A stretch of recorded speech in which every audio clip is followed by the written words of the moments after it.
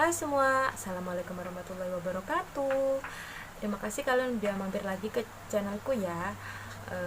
Kali ini aku mau ngebahas soal perawatan tali pusar bayi. Sekalian aku mau bercerita tentang kelainan pusar bayi yang dialami anakku waktu itu.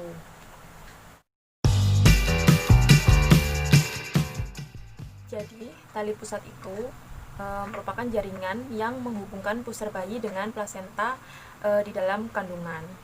Nah, pada waktu lahir, tali pusat ini dipotong sampai menyisakan beberapa senti, terus dipisahkan dari plasentanya. Nah, biasanya tali pusat yang menempel pada pusar bayi ini puput pada hari ke-5 sampai 14 hari. Nah, di adik Elsa ini puputnya di hari ke-8. Baru tali pusat itu lepas dari pusarnya adik Elsa.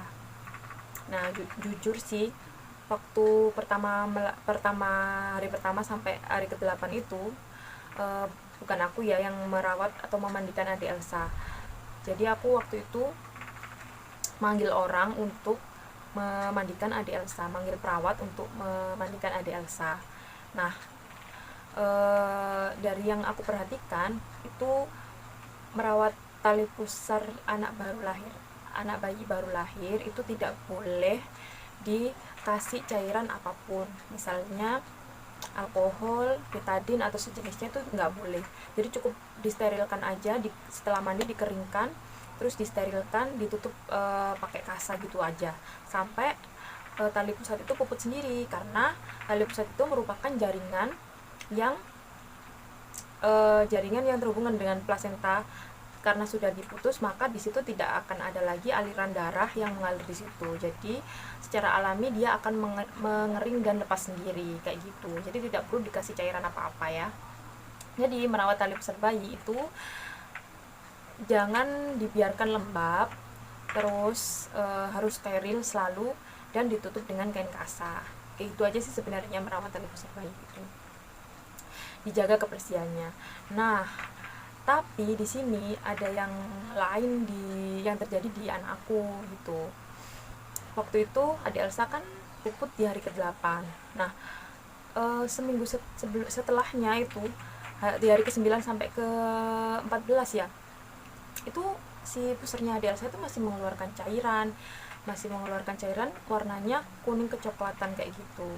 Waktu itu aku masih makain gurita untuk adik Elsa di hari ke-8, tapi di hari ke-9-nya itu aku udah pakein kaos. Jadi cairan itu terlihat di kaosnya adik Elsa. Tapi aku tetap memberikan kasa, aku tutup kasa si tali pusar itu, aku tempelkan di atas pampersnya kayak gitu. Nah, setelah itu kok aku makin curiga kenapa pusarnya adik Elsa itu masih basah, masih mengeluarkan cairan kayak gitu, cuma nggak ada baunya. Nah, setelah seminggu itu terjadi, aku memeriksakan adik Elsa ke bidan. Sekalian waktu itu aku mau melakukan tindik ke adik Elsa, jadi sekalian aku periksakan aja, sekalian aku lihatkan aja apa yang terjadi di pusar anakku ini. Nah, dari bidan itu aku dikasih salep untuk mungkin meredahkan jaringan yang belum ketutup di pusarnya di Elsa ya. Terus setelah pulang dari bidan, hari ke 15 16 sekitar 2 harian tuh aku tetap ngolesin salep yang dari bidan itu tadi, tapi nggak ada perubahan sama sekali, tetap keluar cairan itu. Malah di minggu ketiga itu pusarnya ada muncul benjolan yang kayak benjolan, tapi di dalamnya itu ada kayak cairan kayak gitu, cairan terus bulat gitu. Nanti aku kasih tahu ya gambarnya pusarnya di Elsa waktu itu, sempat aku foto sih di sini kayaknya, nanti aku kasih gambar di sini. Terus aku takut dong, ini kenapa ya kok ada benjolan tetap, tapi ada cairan itu tetap keluar dia. Tapi aku ini termasuk orang yang aku termasuk orang yang nggak gampang panik. Nah, waktu itu aku langsung searching ke Google, kira-kira yang anakku alami ini apa gitu. Terus aku searching, aku baca-baca artikel, Terus aku menemukan kalau anakku ini mengalami granuloma umbilicalis. Nah, itu semacam jaringan yang waktu itu puput itu nggak ketutup dengan sempurna kayak gitu. Jadi dia itu kayak daging tumbuh di jaringan yang tidak tertutup sempurna itu tadi. Tapi menurut artikel yang aku baca, granuloma umbilicalis ini tidak termasuk bahaya kalau si bayi nggak rewel.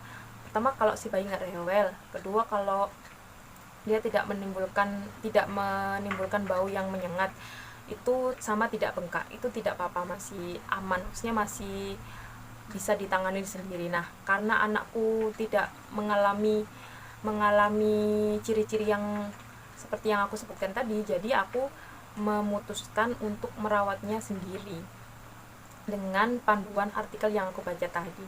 Nah, dari artikel yang aku baca tadi itu menyarankan untuk memberikan garam di pusar bayi.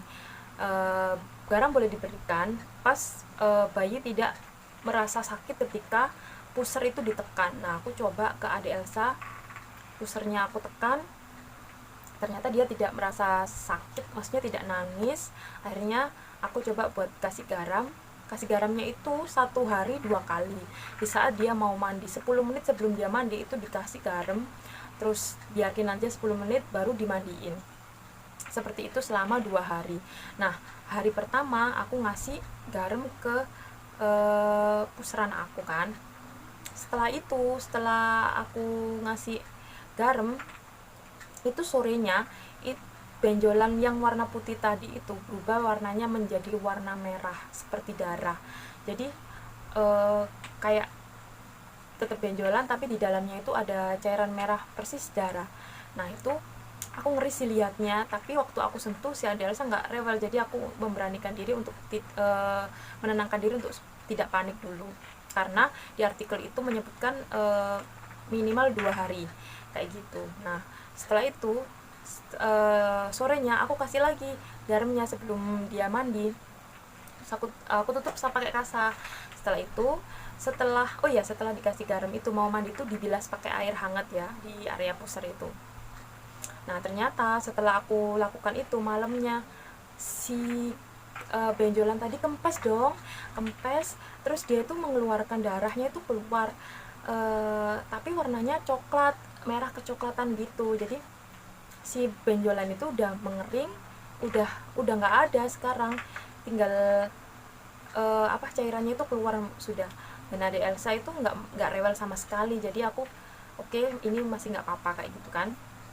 Besoknya aku ulangi lagi cara yang sama sampai malamnya, sampai 2 kali, sampai sore aku ngasih lagi. Jadi kan aku ngasih 4 kali ya. Nah, itu besoknya itu sudah hilang, nggak ada bekasnya sama sekali, udah kembali normal lagi, alhamdulillah.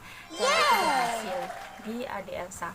Aku sih rencananya kalau misalnya itu nggak berhasil, aku akan bawa adik Elsa ke dokter anak, tapi alhamdulillah aku nggak perlu ke dokter anak waktu itu.